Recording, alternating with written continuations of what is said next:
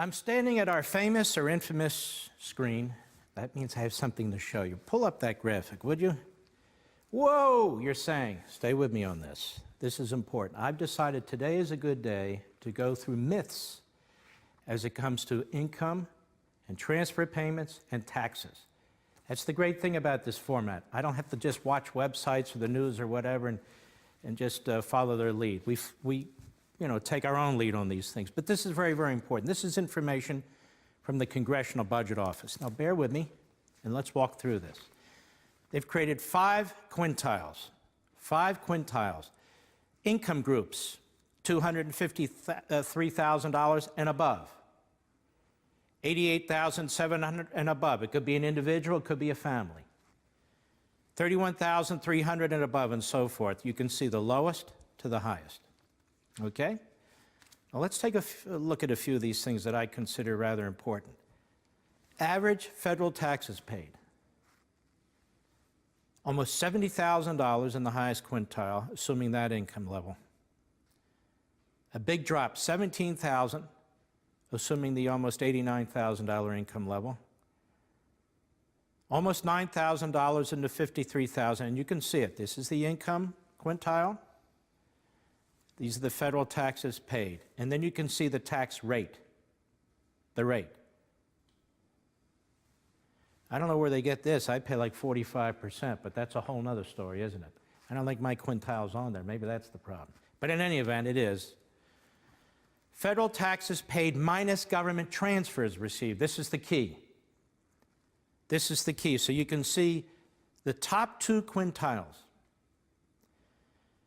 pay most of the federal income taxes net. And the top quintile pays the overwhelming amount of those that pay it all. Again, many of you may not be in this quintile, you're paying taxes, but they're counting the benefits you may receive from government as well. And this is the average net federal taxes on government transfers and so forth. But in any event, this is very important because you hear all the, well, let's just call it what it is, all the socialist propaganda about from Bernie Sanders in the past, from Hillary Clinton, Elizabeth Warren, even to some extent Donald Trump, about the rich need to pay more, the rich need to pay more. Now, you can't build a movement around, no, the rich shouldn't pay more. But those of us who actually care about knowing the facts and the truth about what's going on, this is important information from the Congressional Budget Office, the 2013 tax information, the latest that they have. So once again, you know what, let's go to the second chart. Now this puts it in focus. Who pays? Average federal taxes paid minus government transfers. That's important. Well, this quintile pays the overwhelming amount of federal income taxes when you take that into consideration. Again, this is net after government benefits are received. Seriously, I'm thinking about, I'm honest with you. Obviously, I'm in this quintile, and I'm thinking, I don't receive any government benefits that I'm aware of. I'm not talking about roads and stuff, transfer payment, and I shouldn't. But this is what they're talking about here in the highest quintile. So once again, who pays? Average federal taxes paid minus government transfers. The highest quintile pays an enormous. Does this upset you? Probably upsets a lot of people. Yeah, stick it to those guys. Get it. And you hear Hillary Clinton going on and on. We got to hit them harder and take more of their money. We want freebies, free college, free this, free that. Well, there's a lot of free going on here, to be honest with you. And this group is carrying a lot of the weight. Now, there's one other chart I want to tell you about. Dollar received per household in government transfers. Well, the lowest quintile, this is on average, per dollar paid in federal income taxes, $12 in return. Gee, if I were a betting man, I'd like that kind of return. For the second quintile, $4.05 in return for a dollar paid in federal income taxes. For the middle quintile, $1.88 in benefits for a dollar paid in taxes. In the fourth quintile, 0.85 cents, less than a dollar, 85 cents for every dollar put in. And for the highest quintile, 17 cents for every dollar put in. You know, you can't sustain the funding of government this way. You can keep trying to take more and more money from that highest quintile. At some point, you break their back. And what's interesting about this and what it doesn't include is the massive debt accumulation. The massive debt accumulation. In other words, it's not enough to redistribute wealth among those who pay taxes and those who don't pay taxes in terms of actual fiscal dollars received by the federal government. They go outside of that and they borrow what it turns out, trillions and trillions of dollars to continue to redistribute wealth. This is why I get so furious with people who keep talking about, well, what we need to do here, you see, is tap more into the wealthy. And do what? What do you think the wealthy do with their money? You think they put it in their mattress? You think they roll it up and smoke cigarettes with it? What do they do with their money? We've talked about this before. They put it somewhere. And by putting it somewhere, by putting it anywhere, it makes more money. I'll give you an example. Let's say some guy, he decides he wants to buy 25 Lexuses. No, he doesn't need 25, and of course the liberals would say right away, people are going hungry, and some guy's buying 25 luxury cars. Well, who makes those luxury cars? And are there not mechanics who work on those luxury cars? And what about the car wash that he takes it to? What happens when he gets a flat tire and he needs a tire? I can go on and on and on. The connections are beyond, they're infinite. So they're even beyond description. The amount of people who work with their hands, not just with their minds, who are involved in a car, taking care of a car, building a car. So if that guy buys 25 Lexus cars, you might say, you know what, that guy, he's a pig. Meanwhile, people over here can't eat. Well, maybe because he bought, and I'm not encouraging it, I'm just saying as a sort of extreme example, maybe by buying the 25 cars, another 3 people are working. It's possible. Let's say somebody's so wealthy that they buy a 25,000 square foot home on the ocean. Wow, who needs a 25,000 square foot home? Well, probably nobody, but he wants a 25,000 square foot home. Can you imagine all the people who are involved in building and maintaining that home who are not wealthy? Matter of fact, maybe they earn even less than what's considered the average income.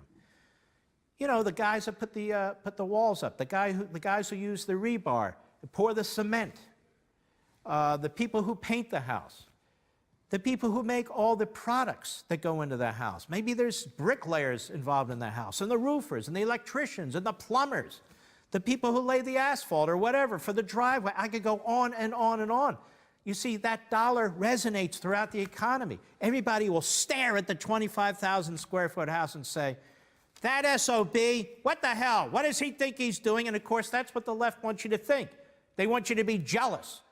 They want you to call in the government. They want the government to confiscate more of this guy's money and give it to somebody who didn't earn it. But remember what I said. They're not just burning that money, they're investing that money. I'll give you another example. Let's say there's a guy who's worth $1 billion. Let's say he takes most of that money, again, an extreme example, not even a realistic one, but to make it as plain as I can, and puts it in a savings account. Now, what happens when that money's in a savings account? Well, guess what that bank does? It turns around and it loans that money out. So other people can buy cars and homes and appliances, or maybe refinance their homes and so forth and so on. That money doesn't just sit there. It's not in a vault. No, it keeps moving throughout the economy. It keeps moving throughout. How about another example? Guy's worth an enormous amount of money, and maybe he uses it to start a small business or several small businesses. And those businesses happen to invent things that we need. Or maybe they invent things like new medical technologies or new prescriptions or something of that sort. Is that a bad thing? And maybe in the end he employs 1,000 people, maybe 15,000 people, maybe 50 people. That money's not just sitting there. Now, let's take another example. The government takes the money. First of all, there's a moral issue. The government is supposed to follow the Constitution. The government's not just supposed to take money to redistribute wealth. The government's not just supposed to take money to punish somebody. So they take it from somebody who's using it for productive purposes or parking it somewhere where it's turned over and used for productive purposes, and the government takes it. First thing the government does is what? It pays a massive bureaucracy. Somebody's got to pay them, right? It pays a massive bureaucracy in Washington, D.C. to issue more and more and more and more regulations and so forth and so on. Okay? Then whatever comes out after it's laundered through the federal government, decisions are made as to where to put the money. Are decisions made based on what's the best use of that money in terms of creating more jobs or creating more wealth or anything of that sort? No, they're political decisions. I believe this constituency should get this constituency should get that, everybody should get free college, and on and on and on. And so that money's not put to productive use necessarily. Imagine if we cut tax rates. Imagine what we could do. Well, we don't have to imagine. Reagan did it. And what happened? An explosion of new jobs, an explosion of wealth creation, an explosion of people moving up the ladder economically, which creates a better human condition, a better economy. So who cares if the guy down the street's a billionaire or worth 100 million or 50 million? Who cares? First of all, it's none of our business. It doesn't affect me. Secondly, no, it's not just a pie, a static, if you will, pie where, oh, wow, he got $1 billion. That means, oh, there's less for the rest of it. It doesn't work that way. It's called capitalism.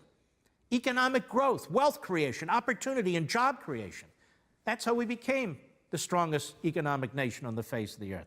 So I point these things out to you with these 3 charts because I think they're crucial. I didn't invent these figures. I'm just telling you what they say. They're saying the top 2 quintiles, even the top 1 quintile, the 4th quintile doesn't even pay that much. When you look at benefits received for taxes paid, it is the top quintile. The families and the individuals in about the $260,000, $70,000 range in net who are paying the most. I happen to think everybody's paying too much taxes, by the way. I'm for across-the-board slashing, across-the-board level.